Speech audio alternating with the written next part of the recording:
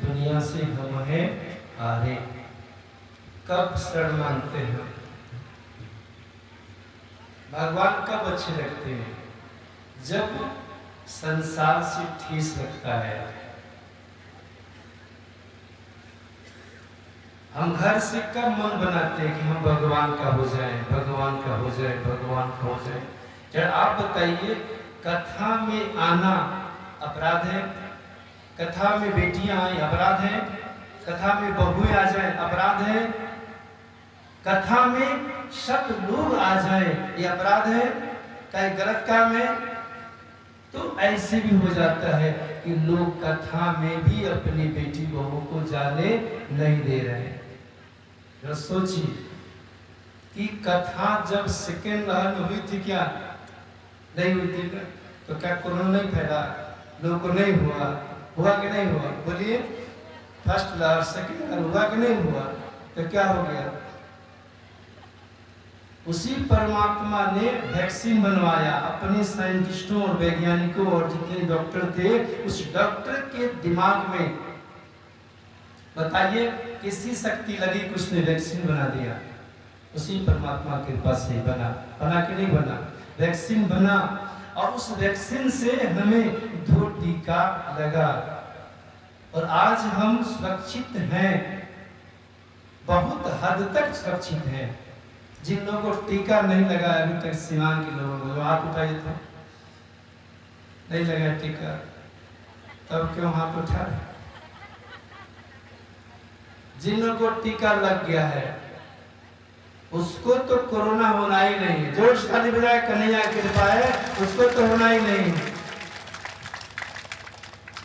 और ये जान लीजिए, कोरोना अभी जो आया है, थोड़ी बहुत जो हल्का फुल्का, वो सिर्फ हमारी गलती के कारण है। सुन लीजिए, जोर से ताली बजाए, हमारी लापरवाही कारण हुआ, नहीं तो ये आना नहीं था, आना नहीं था। थोड़ा सा भगवान ने कृपा करके कुछ कमी किया तो लोगों ने फेंक दिया सीधे मास्क, और खूब धक्का मुक्की किया, सड़क पर किया, बस में किया, ट्रेन में किया, सब जगह किया।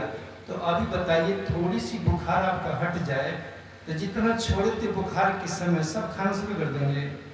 बोलिए, बुखार छूटा कि बुखार के समय जितना छोड़े हुए थे सब दनादन दनादन खाना शुरू कर देते हैं। तो फिर क्या होगा? फिर एक ही बार एक कुछ और आएगा, तब कहेंगे। तो घर के जो बुजुर्ग क्या बोलते हैं, इसको बार बार बोलते थे कि बुखार छोड़ा है तो 2 दिन 4 दिन और बचा लो, नहीं तो फिर लौटानी हो जाएगा। तो हुआ कि नहीं हुआ? यही देन है, यही देन है कि फिर हल्का फुल्का जो है, जो थोड़ी बहुत जो आ रही है, उसी का देन है। और सुन लीजिए, जब तक मेरे प्रभु नहीं बचाएंगे, जब तक मेरे कन्हैया नहीं बचाएंगे, जब तक भगवान नहीं बचाएंगे, कोरोना से कोई नहीं बचा सकता है। जो सीता लिख जाए, मेरा कन्हैया बचाएगा। और सुन लीजिए, मैं भगवान कृष्ण के प्रेमी हूँ। धरती पर नहीं, पूरी दुनिया में कहीं भी जाता हूँ, मुझे भगवान कृष्ण के अलावा कुछ दिखाई नहीं देता है। आप लोग जितने लोग बैठे हो, सब में मैं कन्हैया का रूप देख रहा हूँ। मेरे कन्हैया इसमें है, इसमें है, इसमें, इसमें। जब सब में भगवान है तो किसको क्या कहूँ? सब में मेरे प्रभु, सब में प्रभु का वास है। तो जब कोरोना काल था तो आप बता दें, आप कहते ना मास्क लगाना, फिर कहते सैनिटाइज करना, बस इतना ही बचाव है। बोलिए, कोरोना से बस इतना ही बचाव है। मैं आपको बता दूं कि मैं लखनऊ में, जब बलिया जिला में सिकंदरपुर में मैंने 5 बीघा जमीन लेकर के श्रीकृष्ण कृपा धाम बनाने जा रहा हूँ, तो 20 में, जुलाई 2020 में फर्स्ट लहर के बाद, जो फर्स्ट लहर आया था कोरोना का, तो मैं गया में, ये सब लड़के थे। कोरोना जो 23 तारीख कथा मेरी गया में खत्म हुई, और उस समय किसी को कोई साधन नहीं मिला, लॉकडाउन हो गया, सब हो गया।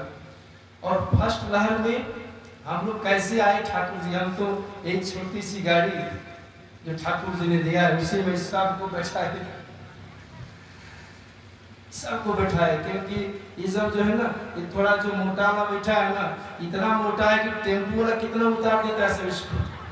कहता गुरुजी हमको गाड़ी में बैठा लीजिए, टेम्पू वाला कई बार उतार दिया, कह डबल किराया लेंगे, और इसको डबल किराया लगता है। तो हमने गाड़ी में बैठाया, और वो जो तबला बजाता है ना, इसको इतना चिंता हो गया फर्स्ट लहर में, इसका बाल झड़ना शुरू हो गया। तो उसको भी भगवान ने कहा कि बस सब के सब भागे उसी गाड़ी में। फर्स्ट लहर में आए हम, तो मैंने जब फर्स्ट बार जब वहाँ 20 जून को जब मैंने वो ठाकुर जी का कृपा धाम बनाने की सोची, तो उद्घाटन के लिए मैं गया था लखनऊ में। केशव प्रसाद मौर्य जो डिप्टी सीएम है, तो आप सोच लीजिए कि उनके जब ऑफिस में मैं गया, आपके पास क्या सुविधा है कोरोना से बचने के लिए? वो खाली मुंह में मास्क लगाने से बच जाएंगे नहीं, और सैनिटाइज से बच जाएंगे नहीं, बचेंगे। मैं वहाँ गया, जो लोग पूरा जो है पूरा प्रचार कर रहे हैं, तो मैंने वहाँ देखा कि गेट पर 4 जो है तरह के सैनिटाइज, एक तो पैर दबाइए तो पूरा सिर पर फुहार आ जाएगा, एक वो क्रॉस करिए, दूसरा क्रॉस करने के बाद पैर जैसे ही रखिए, तो मैं तो खड़ा पहना था, उसमें क्या बोलते हैं कि प्लास्टिक का जो ऑटोमेटिक मोजा प्लास्टिक का जिसमें सैनिटाइज किया होता है, तो जैसे ही पैर रखिए तो पूरा यहाँ तक वो पॉलिथीन आ गया। उसके बाद फिर अंदर घुसिए तो मशीन सब लेके खड़े हैं, जांच हो रहा है। इस सारे चीज से पार होने के बाद जब मैं केशव प्रसाद जी के पास गया, तो अंदर में सारे सिस्टम ऐसा था कि कोरोना के सारे गाइडलाइन को पूरा नियम से पालन किया जा रहा था। और जैसे ही 2 दिन बीता, मैं वापस आया, तो उन्होंने हमें फोन किया कि गुरुजी हम उद्घाटन में आ नहीं पाएंगे क्योंकि हमको कोरोना हो गया है। कोरोना उनको कोरोना हो गया। सोचिए, इतनी सुविधा, इतनी गाइडलाइन, इतनी सारी चीजों के बाद कोरोना हो गया। तो कुछ लोग कोरोना इसलिए हो गया कि डर की वजह से हो गया, शक की वजह से हो गया, संदेह की वजह से हो गया। इतना लोग भयभीत हो गया ना कि अब तो कोरोना हो गया, तो क्या होगा। इसलिए जो सरकार के दिशा निर्देश है उसका पालन करते हुए, हम सब सरकार के बनाए हुए नियम का पालन करते हुए हम सरकार का साथ देंगे, हम बचेंगे, हमारा समाज बचेगा और कोरोना से भगवान कृष्ण मुक्त करेंगे। इसी के साथ जोर से प्रताली भगवान के नाम।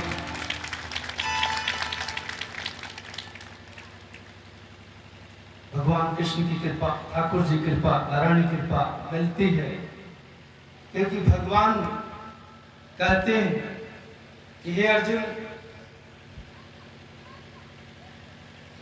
परमात्मा जो है जब भगवान श्री कृष्ण जब अर्जुन को विभिन्न बातें सुनाते हुए जब मोह और ममता में जकड़े अर्जुन, तो भगवान सब तरह की बातें उनको समझा करके उनको विषाद से हटाकर आह्लाद की यात्रा करा रहे थे भगवान।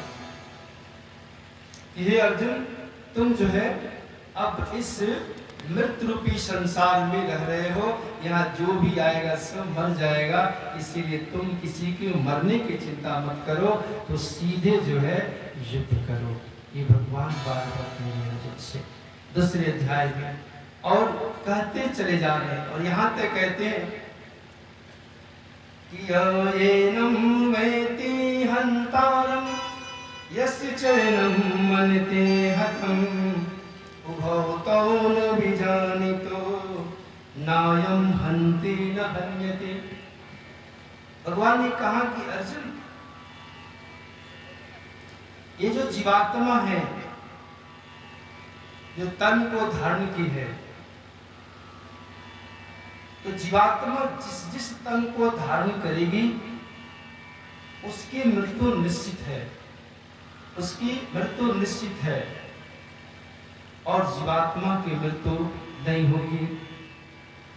और ये जो है, इसको कभी भी जीवात्मा को कोई मार नहीं सकता, आत्मा किसी के द्वारा मारा नहीं जा सकता, और आत्मा जिस तन को धारण की हुई है उसको कोई बचा नहीं सकता। स्वयं भगवान आ जाए, दुख उनके पास भी आ जाए। आप देखेंगे कि गीता के जिस श्लोक पर हम पहुंचे, ध्यान से सुनिए, ध्यान से। अभी हम जिस समय पहुंचे, अभी जहां हम पहुंचे गीता के दूसरे अध्याय के 20वें श्लोक पर। तो ये श्लोक जो है कहाँ मिलता है जानते हैं सब? इस शमशान घाट जहाँ मुक्ति धाम बना हुआ है, मैंने उसके दीवानों पे पढ़ा था। मैंने उस दीवानों को पढ़ा था जब गया। आप देखेंगे कि जिसमें जिसकी रुचि होती है अब वही चीज सामने मिल जाए तो आनंद आता कि नहीं आता है? जिसमें जिसकी रुचि हो। अब हमको रुचि है गीता का प्रचार करना, और गीता का श्लोक कहीं मिल जाए तो बड़ी खुश होता हूँ, बड़ी खुश होता हूँ, बड़ी आनंद आता है। मैं सिंगापुर घूम रहा था, सिंगापुर में घूम रहा था, अखबार मिला पढ़ने के लिए। अखबार में लिखा एक चीज मिला, नहीं ज्ञानेन सदृश पवित्रमेह विद्यते। तो हम घबरा गए कि सिंगापुर में इस गीता जी के श्लोक को कौन लाया। ये 4थे अध्याय में है। आइए श्लोक लिखा हुआ, क्या लिखा हुआ है ध्यान दें। ये लिखा हुआ श्लोक में, वहां पर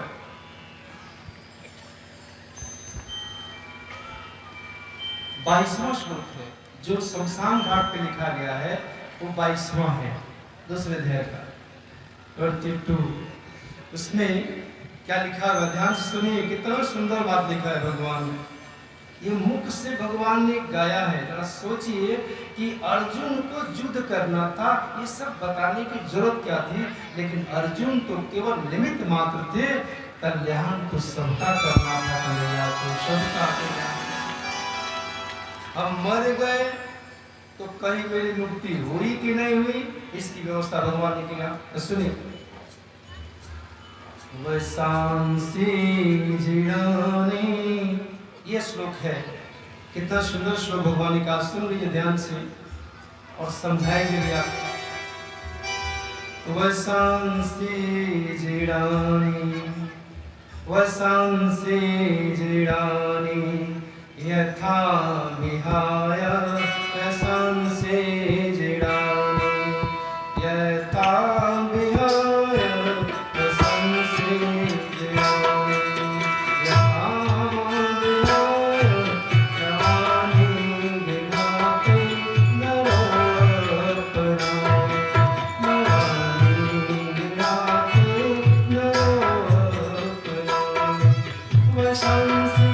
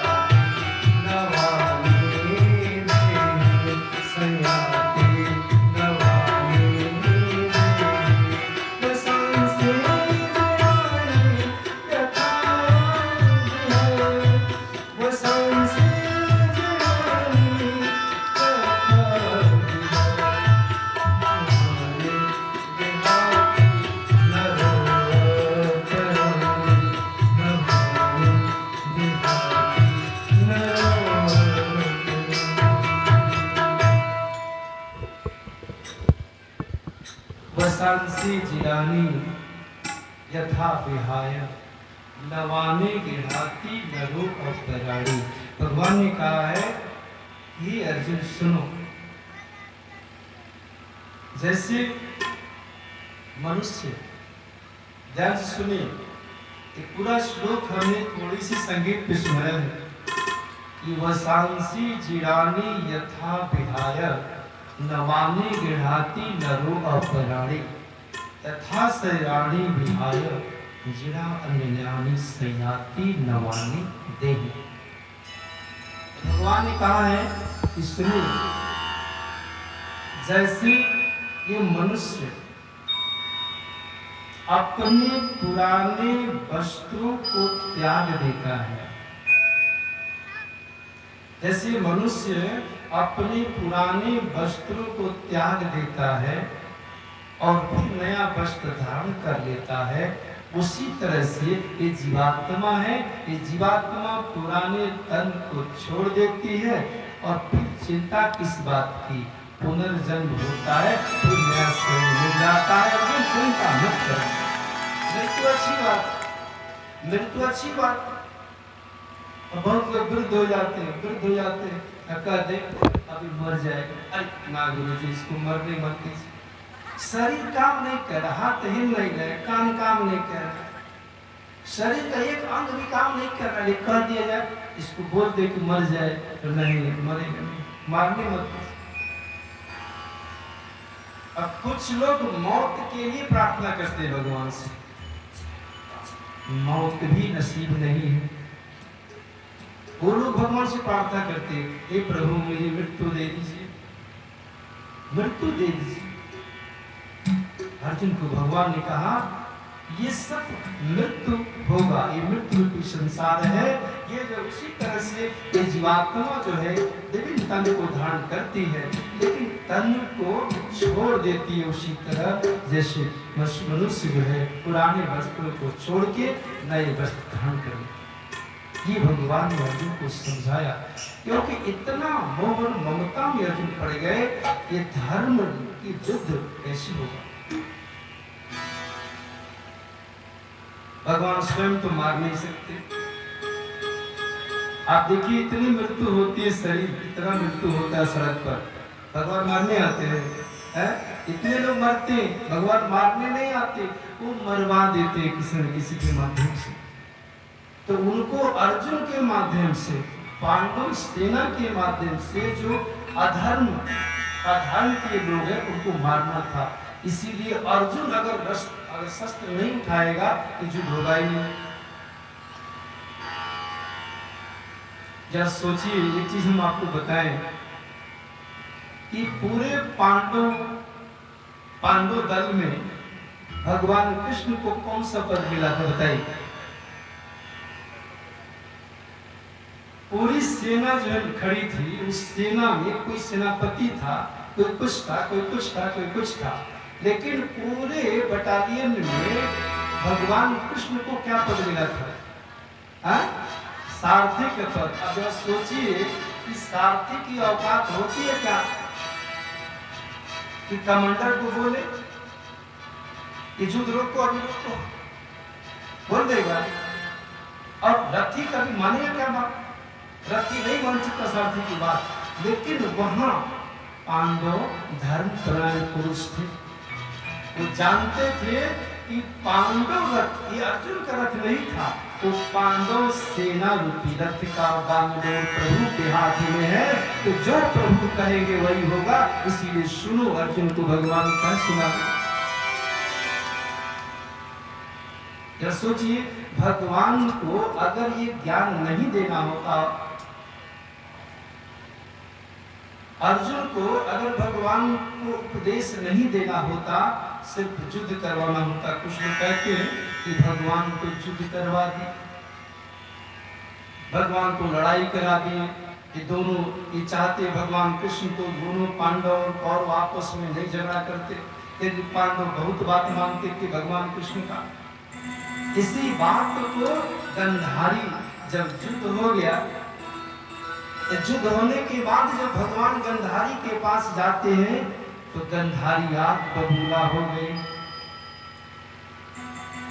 गंधारी आग बबूला हो गई कि हे कृष्ण, तुम अब क्या करने आए हो?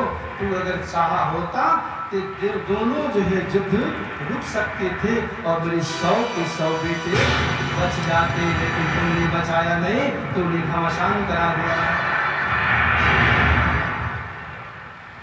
तुम चाहे होते तो मेरी 100 के 100 बहुएं विधवा नहीं होती, सब तुमने ही किया कि सब के सब मेरी बहुएं घर में खिला रही, रो रही, गा रही। दो आदमी झगड़ा होता है, दो आदमी में, तो अगर किसी की बात एक पक्ष मानता है तो उस पर आरोप लगता है कि वो तो आपकी बात मानता था, ये झगड़ा तो नहीं होता अगर जाके मना कर देता।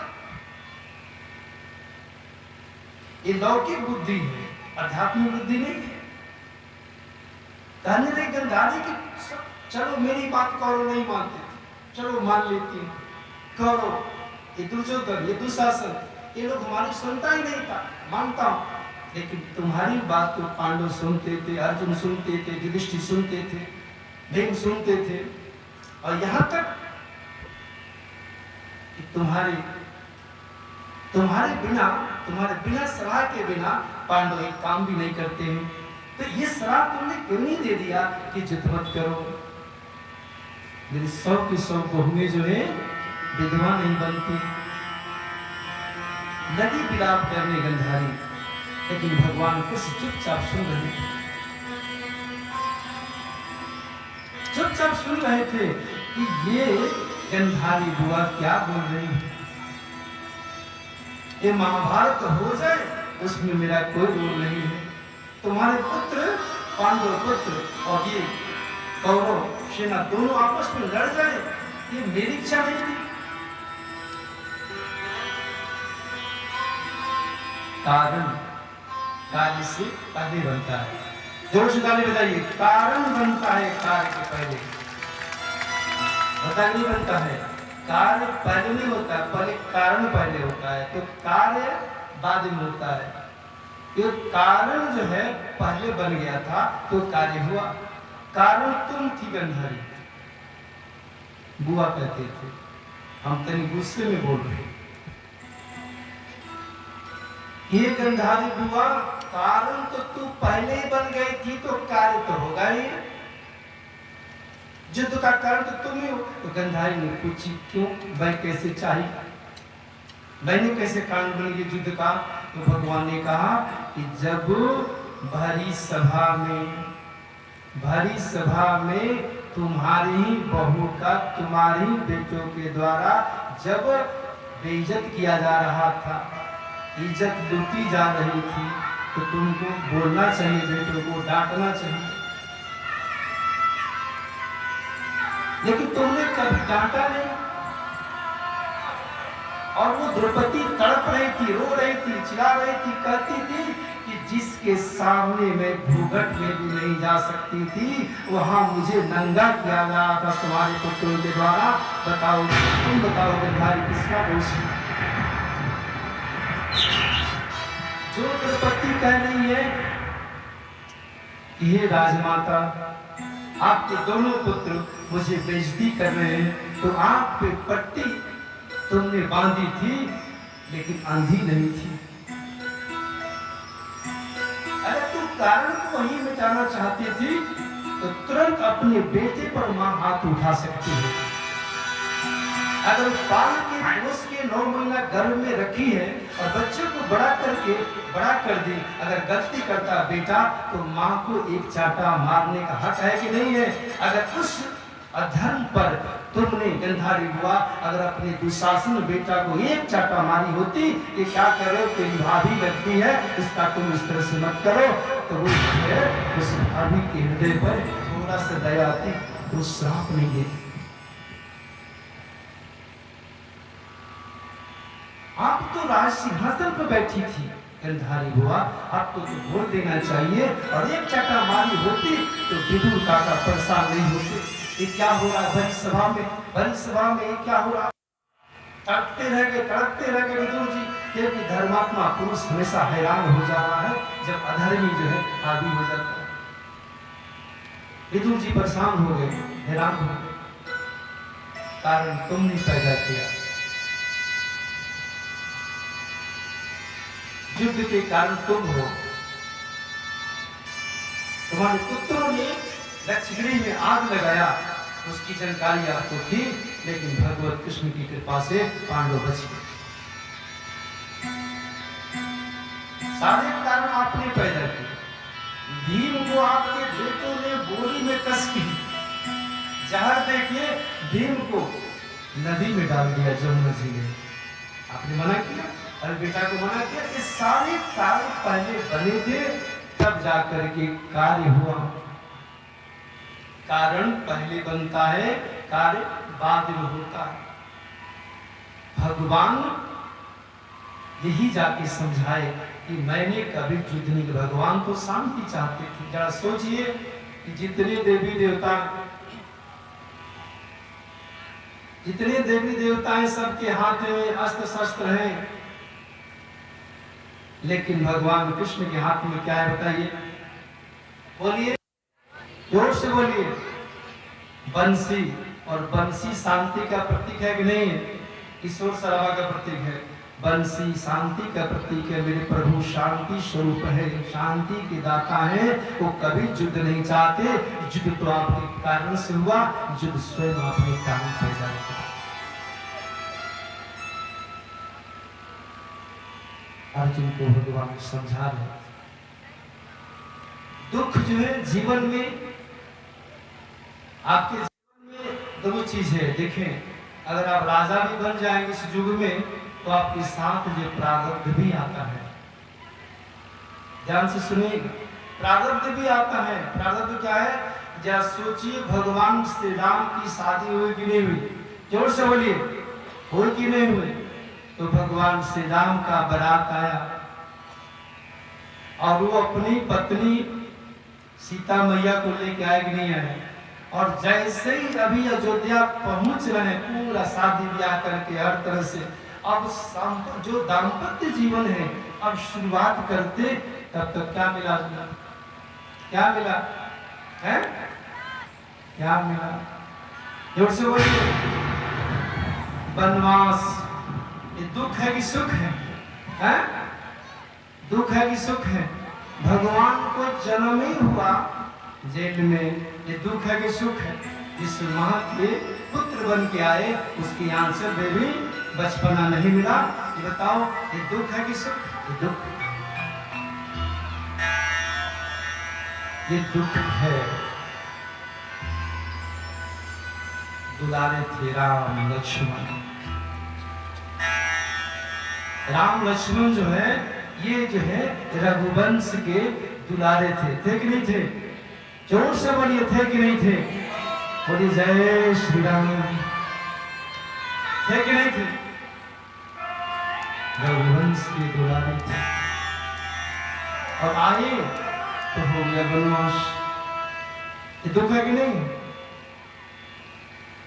उसमें जब वनवास हो रहा था, सीता मैया साथ में जा रहे थे, लक्ष्मण जी भी जा रहे थे, तो उस पर जब वो राजपाट छोड़ के वनवासी का भेष जब श्री रामचंद्र जी ने लिया, लक्ष्मण जी भी लिए, और सीता जी भी अपने सारे आभूषण उतार के बिल्कुल सन्यासी का रूप ले ली।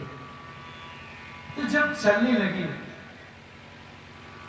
राज छोड़ करके, तो चलते चलते जब कुछ दूर ओझल हुई, एक भक्त जी 2 लाइन भजन सुनाया है, सुना देता, सुना दो। जोर से ताली बजाएं, सुना देते और जोर से बजाएं। एक भक्त बनवास जा रहे हैं, बनवास जा रहे हैं, रघुवंश के दुलारे बनवास जा रहे हैं।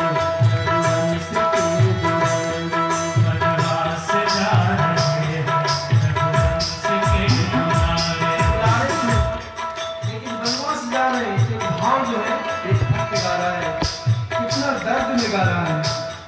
बनवास जा रहे हैं, रघुवंश के दुलारे, बनवास जा रहे हैं, रघुवंश के दुलारे,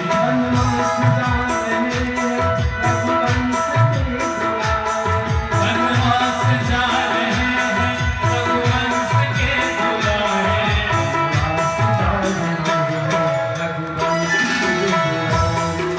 दुलारे, बनवास जा रहे हैं, रघुवंश के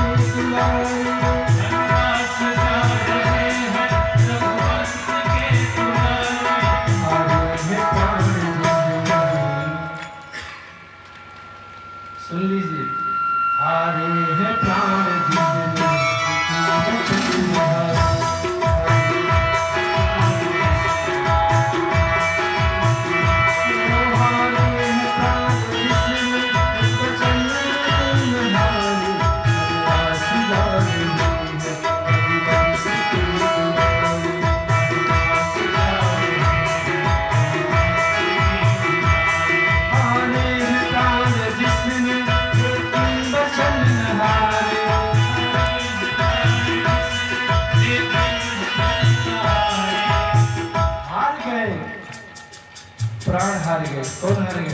दशरथ जी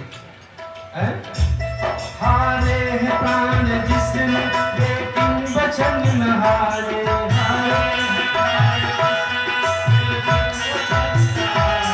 हारे हैं प्राण जिसने लेकिन वचन न हारे,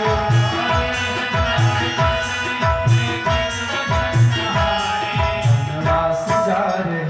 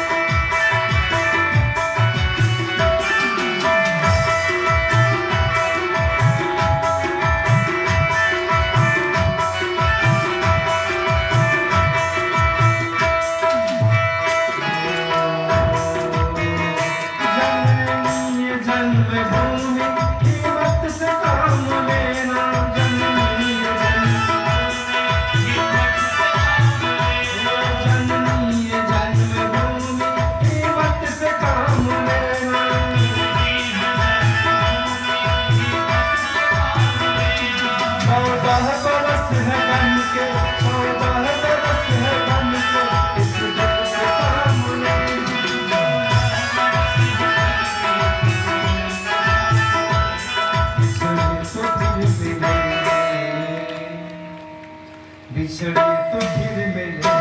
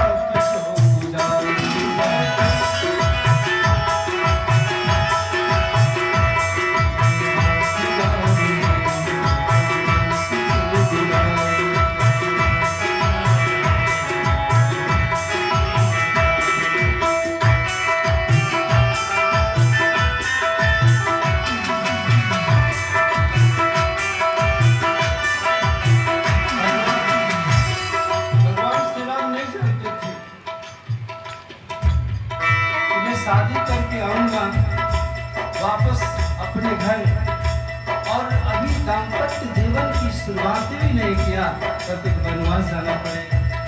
जो होनी है वो होता रहेगा, क्योंकि प्रारब्ध था और वो झेलना था। इसलिए इसमें है दोष किसका, उसी की नहीं सजा है।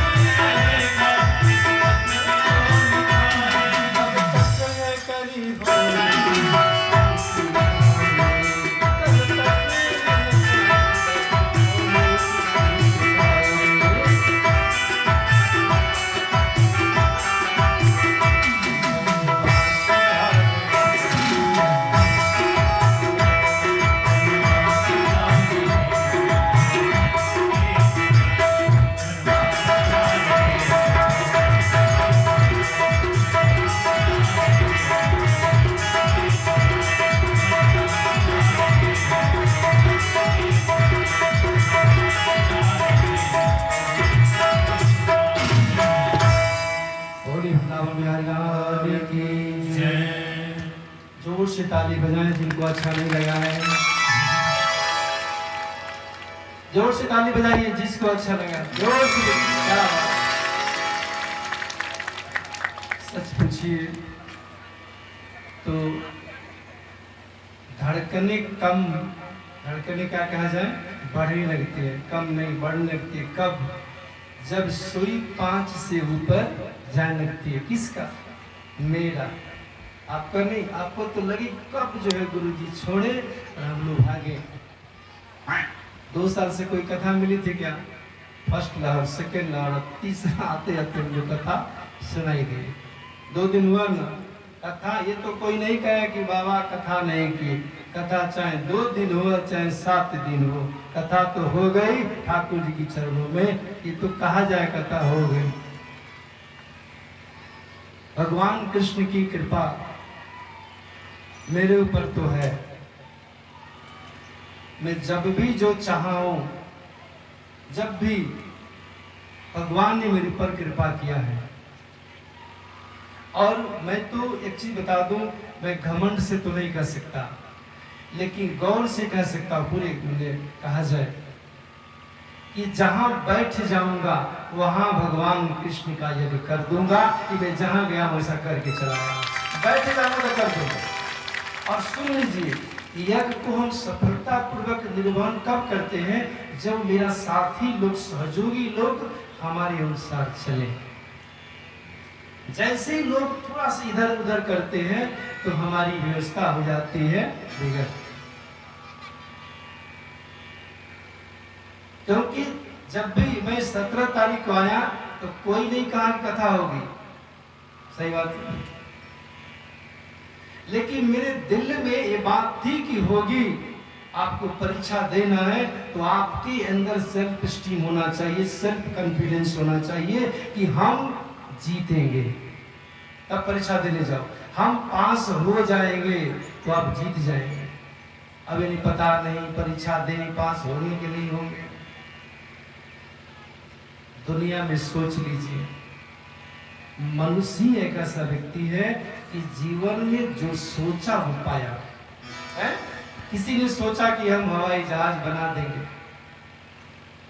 तो सोचने वाला तो सोच लिया और वो बना के चला भी गया। लेकिन जब वो बनाने निकला था तो लोग पागले कह रहे थे। कौन? जिसके हृदय में वो सोच नहीं है, ऊंचा बनने की हिम्मत नहीं है, ऊंचा करने की सोच नहीं है, उतनी हिम्मत नहीं है। तो हिम्मत जिसके अंदर है उसको हतोत्साहित करता है, उसको गिराता है, उससे नीचा दिखाता है कि छोड़ के भाग जा मैदान। लेकिन भागता जो नहीं है वही पार हो जाता है, वही जीत जाता है। हम जीतेंगे, हम जीतेंगे तो आपकी ताकत से नहीं जीतेंगे। सुन लीजिए, हम जीतेंगे तो अपनी ताकत से जीतते हैं। पहलवान जब युद्ध में जीतता है तो दूसरे की शक्ति से नहीं जीतता, वो स्वयं की शक्ति से जीतता। उद्धार भी वही है, स्वयं से स्वयं का उद्धार होता है। हम सोच ले कि मुझे काम करना है तो काम हो जाएगा। किसी ने सोचा है कि हम बल्ब बना देंगे, जरा सोचिए कि ट्यूबलाइट जलना है कि नहीं जलना है। किसी ने तो सोचा हुआ कि ट्यूबलाइट बन जाए। सोचने वाला कुत्ता नहीं था, बैल नहीं था, भैंस नहीं था, गाय नहीं था, दूसरा कोई तनधारी नहीं था। ये मानव तनधारी थे। मानव कैसी अद्भुत शक्ति है कि जो चाहेगा वो पाएगा। बस वो चाह के तो देखे, उसे हर चीज मिलेगा। आप आईएएस बनना चाहते हो तो क्या आईएएस में बन नहीं रहे हैं क्या? आप आईपीएस बनना चाहते हैं, आप बन जाएंगे। आप जो चाहते हैं वो मिलेगा भगवत कृपा से। भगवान ने सिर्फ इतना ही कहा गीता के 2 अध्याय में 48वां श्लोक को भगवान ने आपको उत्साहवर्धन के लिए मुझे कहा, योगश्च कुरु कर्माणि संगम त्वक्त्वा धनंजय। क्या सोचिए, कुछ लोग इतना रुचि है, इतना रुचि कथा में कि लोग कॉपी और कलम और गीता से जो कथा हो रही है, लोग गीता भी लेके आए देखिए। अब इनको कौन तोड़ेगा? जो भीतर से इतना मजबूत है कि संसार क्या तोड़ेगा। कलम कॉपी ले लेते हैं, कि कहीं गुरु जी कुछ अच्छी बात मुख से निकाल देंगे तो गुरु जी के जाने के बाद मिले कहाँ, इसको लिख लो।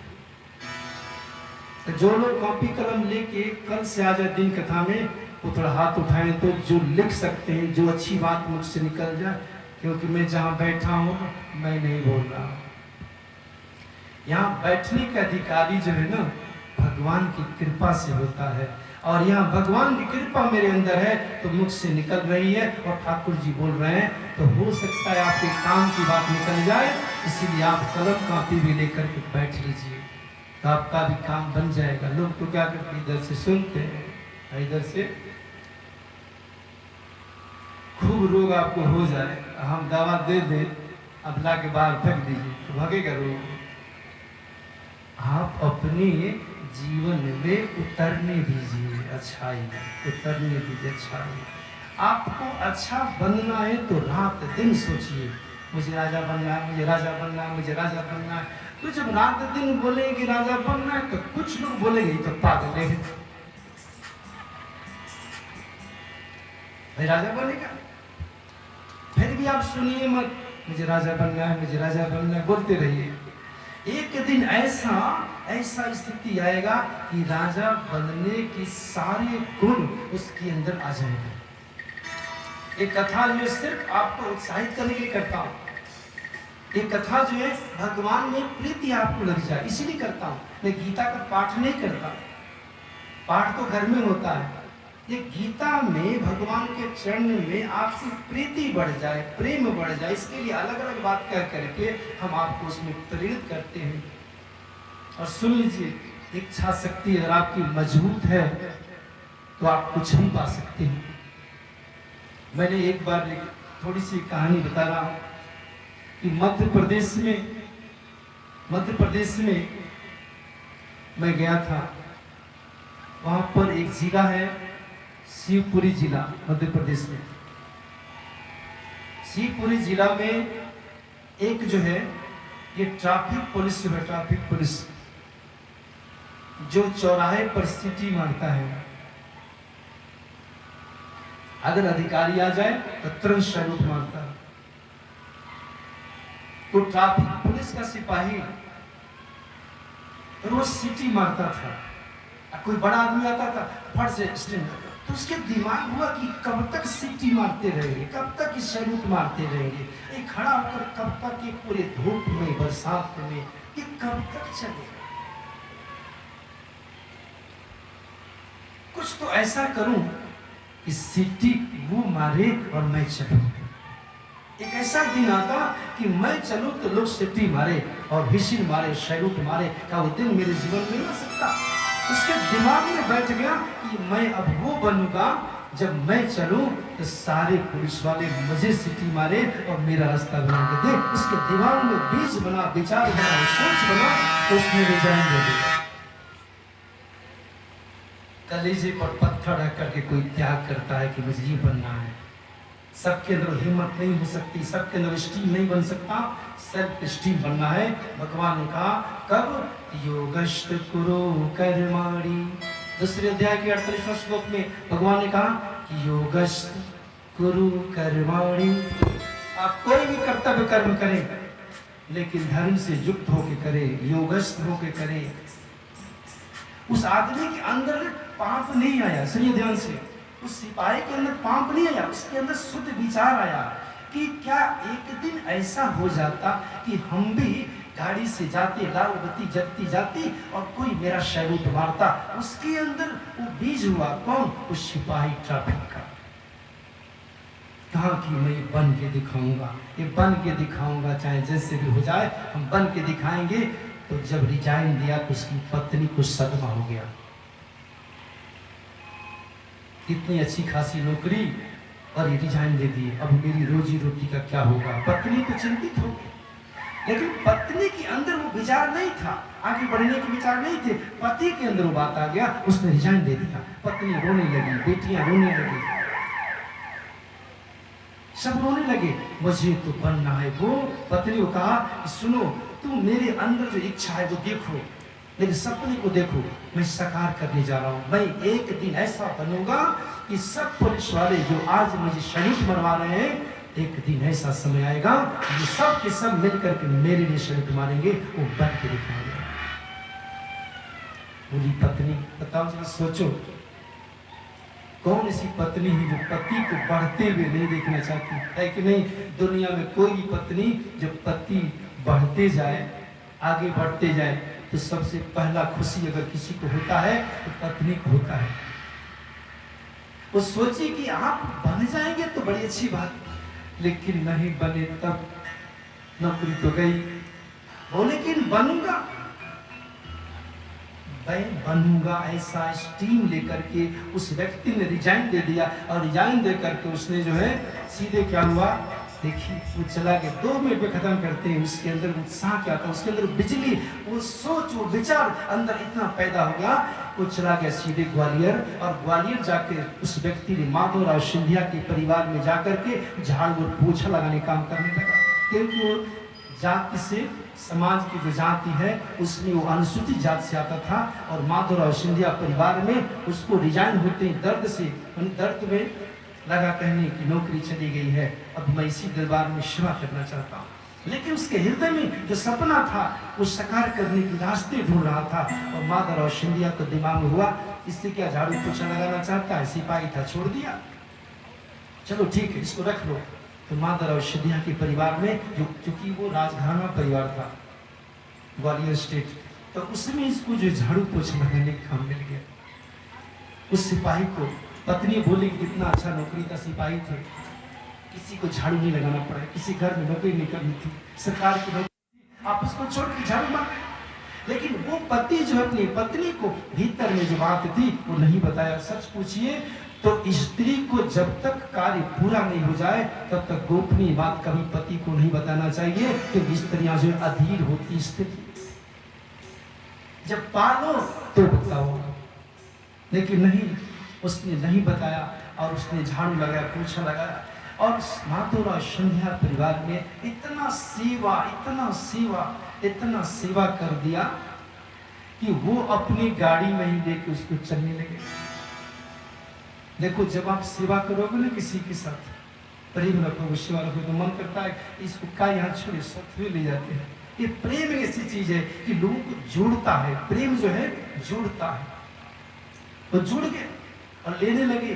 और जब उस सिंधिया परिवार में जब गाड़ी को दौड़ने लगा तो बड़े से बड़े नेता जो है उसको पहचानने लगे। पहचानते पहचानते जब उतना विश्वास पात्र व्यक्ति 3 साल में हो गया, 3 से 4-5 साल में, कि जब माधवराव सिंधिया वो कांग्रेस के थे, तो एक ऐसा जगह मिला टिकट का जहां पर अनुसूचित जाति का व्यक्ति ही विधायक बन सकता है। सोचिए, तो उनके दिमाग में एक बात आया कि क्यों नहीं अपने ही ड्राइवर को, इसी को लड़ा देंगे, हम भी विधायक रहेंगे, ये तो हमारा सेवा है। जब उन्हें ड्राइवर से कहा कि तुम विधायक का क्यों पर्चा भर दो और बाकी काम हम करेंगे, कहा कि मालिक हम तो आपके दास हैं, आपको जो करना है हमारे साथ कर सकते। तो उसने उस अनुसूचित जाति के सीट पर चुनाव लड़ा दिया, टिकट मिल गया, चुनाव लड़ गया और वो व्यक्ति चुनाव जीत गया।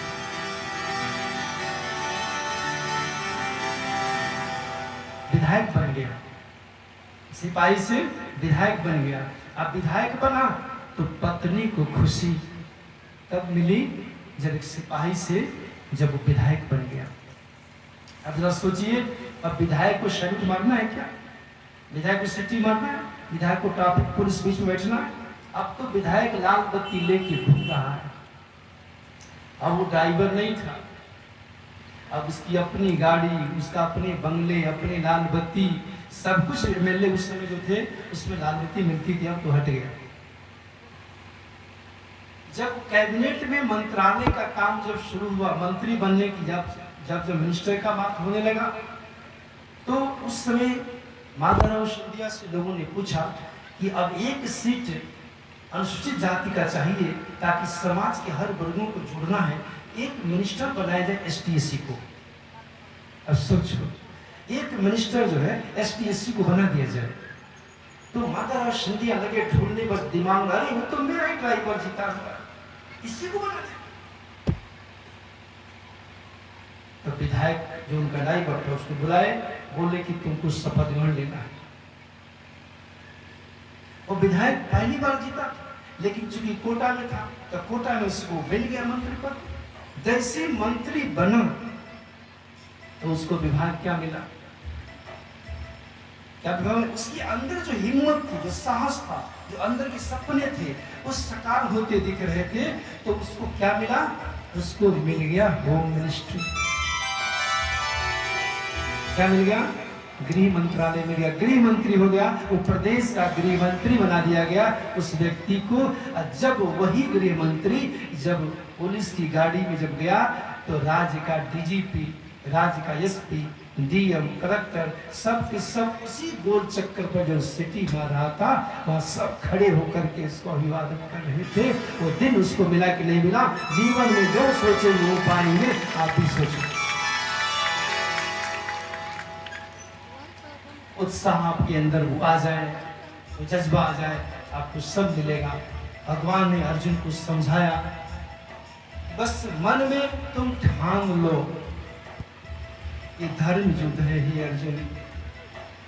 जातस्य हि ध्रुवो मृत्यु ध्रुवम जन्म मृतस्य च तस्माद् परिहारे अर्थे न तुम शोचितुम अर्हसि।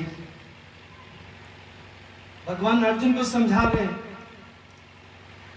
कि जिसका जन्म हुआ है अर्जुन, तुम उसी की चिंता करते हो ना, जिसका जन्म हुआ है। ये दूसरे अध्याय का 27वां श्लोक में भगवान ने कहा है कि जातस्य हि ध्रुवो मृत्यु ध्रुवम जन्म मृतस्य च तस्माद् परिहारे अर्थे न तुम शोचितुम अर्हसि। भगवान ने कहा कि ध्रुव मृत्यु जन्म हुए, जिसका जन्म हुआ है अर्जुन, उसका मृत्यु होना निश्चित है। मरे हुए का जन्म, लेकिन जो मर गया उसको भी जन्म होगा। ऐसा नहीं कि जो मर गया उसको जन्म नहीं होगा, उसकी आत्मा तुरंत दूसरे शरीर को धारण कर लेगी। इसलिए अटल अनिवार्य विषय में जो धीर पुरुष होते हैं इसमें मोहित नहीं होते। अर्जुन, तुम तो धीर पुरुष हो, तुम तो विद्वान हो, तुम तो बहुत बड़े महान योद्धा हो, इसलिए तुम्हें इस बात की चिंता नहीं करना चाहिए। इसीलिए जन्म हुआ है तो मृत्यु निश्चित है। जरा सोचिए, अर्जुन को भगवान समझा रहे हैं कि जन्म हो गया तो मरना है, ये गलत है कि सही है? बोलिए, जन्म हुआ है तो मरना है कि नहीं मरना है? तो कारण तो पहले ही बन गया जन्म, तो आप चाहते कि नहीं मरे? बोलिए, सुबह में बता दिए थे कि एक आदमी ने वरदान मांगा कि मरे ही नहीं। सुबह में मैंने थोड़ी सी कहानी बताया था कि वरदान एक आदमी मांग लिया कि नहीं हमको तो नहीं मरना है, तो यही नहीं कहा, पूरे घर भर के लोगों को वरदान मांग लिया कि मेरे घर में कोई मरे नहीं। जन्म हो गया तो मृत्यु तो होना ही है। घर में कोई मर जाता है तो मुंह लटका लेते हैं, सही बात है। कोई मर गया तो मुंह लटका लिए, शोक मना लिए, दुखित हो गए। अरे पहले वो तो शरीर छोड़ दिया और जाके दूसरा जन्म उसको मिल गया, अब चिंता किस बात की अर्जुन? इसीलिए, लेकिन सुन लीजिए, इस जीवात्मा, ध्यान से सुने, आशर्यवत् पश्यति कस्यैतदेन आश्रयवदते तथैव चान्यम् आश्चर्यवचेन मन्यः शृणोति श्रुत्वापनं वेदन चैव कश्चित्। यह ध्यान से सुनिए, बड़ी गहरी बात है। ये बात सुनने और समझने के लिए आपको चुपचाप बैठना पड़ेगा। भगवान कहते हैं कुछ लोग आश्चर्य के भांति देखता है, इसको आश्चर्य के भांति देखता है, वैसे दूसरा कोई महापुरुष तत्व को आश्चर्य के भांति वर्णन करता है, दूसरा कोई अधिकारी पुरुष आश्चर्य के भांति सुनता है, और कोई तो सुनकर भी इसको नहीं जानता। तो कौन है? तो जीवात्मा के बारे में कुछ लोग देखते हैं, सुनते हैं, समझते हैं, लेकिन इसके अधिकारी नहीं, इसी जीवात्मा को समझ नहीं पाते। क्यों? क्योंकि देहि नित्यं वदोऽयं देहि सर्वस्य भारतः तस्मात् सर्वाणि भूतानि न त्वं शोचितुम् अर्हसि। ये 30वें श्लोक में भगवान ने कहा ये देही यानी देह में रहने वाला ये जीवात्मा ये क्या है? अबद्ध है, इसका बद्ध नहीं हो सकता। जीवात्मा मर नहीं सकती और शरीर की रक्षा नहीं हो सकती।